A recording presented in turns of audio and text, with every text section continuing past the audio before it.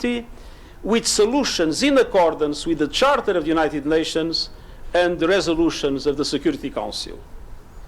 Simultaneously, when we see situations of discontent and unrest, it is of utmost importance to ensure full respect for human rights and fundamental freedoms. Turning now to Afghanistan, I'm following closely the important efforts to bring peace to the country.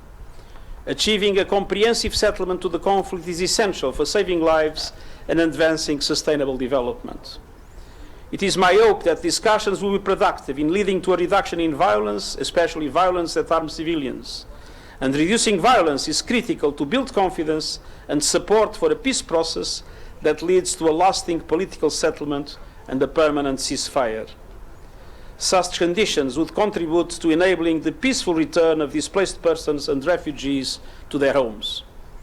I want to reaffirm that the preferred durable solution for refugees has always been voluntary repatriation in safety and dignity to their country of origin, and this is also true for Afghan refugees. Through its support to the ongoing peace efforts and building the necessary regional consensus, Pakistan continues to play a crucial role in realizing this potentially historic opportunity for peace. And the United Nations remains committed to supporting an inclusive and Afghan-led peace process that upholds the human rights of all citizens and leads to a sustainable peace in Afghanistan. During my visit to Pakistan, I also look forward to visiting the newly opened Kartarpur corridor, connecting two key Sikh pilgrimage sites. This is a welcome symbol of interfaith harmony, a unique experiment in cross-border ties, showing Pakistan's commitment to peace. The climate crisis is another key challenge of common concern, and once again, Pakistan is on the front lines as one of the most vulnerable countries on the planet. I welcome Pakistan's ambition to take concrete action with the 10 billion tree tsunami campaign and many other initiatives. For my part, I will continue pressing for action to limit global temperature rise to 1.5 degrees, which means to achieve carbon neutrality by 2050. And it means more ambition by all, more ambition on mitigation, adaptation, resilience and finance. And major emitting countries and industrial sectors have a particular responsibility to lead the way. And it means a successful UN climate conference COP26 later this year in Glasgow, and I count on Pakistan's strong commitment to that. Finally, I would like to recognize Pakistan's commitment to the 2030 Agenda for Sustainable Development, the world's framework for eliminating poverty, achieving gender equality, protecting the environment, and building a fair globalization that works for all. Pakistan was in the global lead in integrating the Sustainable Development Goals into its own national development agenda. And this is yet another example of the commitment and vision that we need to see more of around the world. I look forward to the rest of my visit and engaging with the leadership and people of Pakistan, and the United Nations family is strongly committed to helping the country advance prosperity and peace for all. Thank you. Yes, from Indus TV, Isa Nakisasa. May I request you to please introduce yourself and also please let us know who the question is directed to.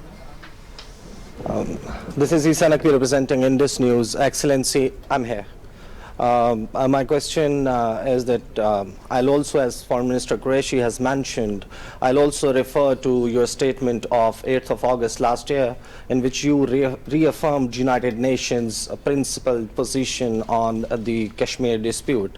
I wish to know what practical steps could you and your office take for the solution of this issue? And secondly, we are about 1.5 months into the year 2020, and there have been more than 287 ceasefire violations along the line of control.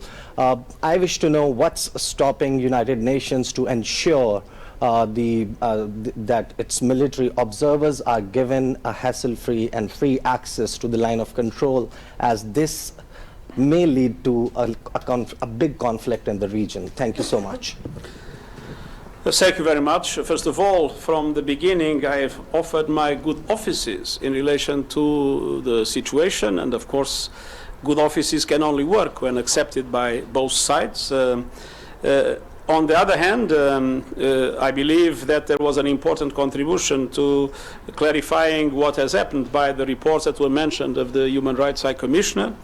On the other hand, it is clear that we have taken a position about the need for Security Council resolutions to be implemented and for effective de-escalation and dialogue linked to that, with another very important condition, which is full respect for human rights and continental freedoms in Jammu and Kashmir.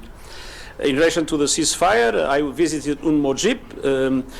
We believe that Unmojib should have full freedom of movement. It has on the Pakistani side. We hope that this will also be achieved on the other side. And we will be strengthening its equipment capacity in order to better be able to implement its mandate. I'll take a question from the international media representatives here. Yes, can I have the Reuters representative?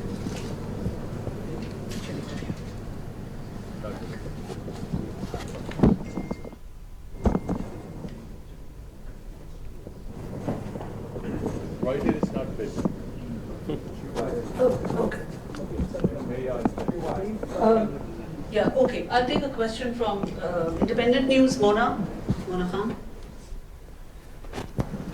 This is Mona representing Independent Urdu. My question is for Mr. Foreign Minister. The world is witnessing increased unilateral and xenophobic tendencies to exclude minorities on the basis of their religion, as we have seen the recent example in our neighbor India as well. So I just want to ask what steps your government have taken to curb and to address these issues internationally. Thank you. Well, Pakistan has been voicing its concern at every possible forum. We feel that this act is discriminatory in nature, and it's not just Pakistan saying that. Today, there are voices within India that are questioning the reasoning and the need for this action. You've seen protests all over. अभी आप मुलाहज़ा कर रहे हैं क़ौम मुत्तहिदा के secretary general Antonio Guterres वज़ीर ख़ारजा Shah Mahmood Qureshi मुश्तरका press conference कर रहे थे और ख़िताब करते हुए यूएन सेक्रेटरी जनरल का ये कहना था कि पाकिस्तान और भारत एलओसी वर्किंग बाउंड्री पर तहम्मुल का मुज़ाहरा करें। उन्होंने ये भी कहा कि हमने जनूबी एशिया में सलामती की सूरत हाल पर तबादला ख्याल किया है। सिफारतकारी और मुज़ाकरात ही मसले का वाहिद हल है। पाकिस्तान दुनिया में मुहाजिरीन का दूसरा बड़ा मेज़बान मुल्क है। आपको बताएं कि एंटोनियो गुटेरेस ने कहा कि मैं पाकिस्तान का यही किरदार दुनिया में उजागर करने आया हूं। पाकिस्तान और भारत एलओसी और वर्किंग बाउंड्री पर तहम्मुल का मुज़ाहरा करें। उन्होंने कहा कि हमने जनूबी एशिया में सलामती की सूरत हाल पर तबादला ख्याल किया है। सिफारतकारी और मुज़ाकरात ही मसले का वाहिद हल है। पाकिस्तान दुनिया में मुहाजिरीन का दूसरा बड़ा मेज़बान मुल्क है। उनका यह भी कहना था कि पाकिस्तान एक काबिल एतबार और मेज़बान मुल्क है। और अब शामिल करेंगे न्यूज़ हेडलाइंस।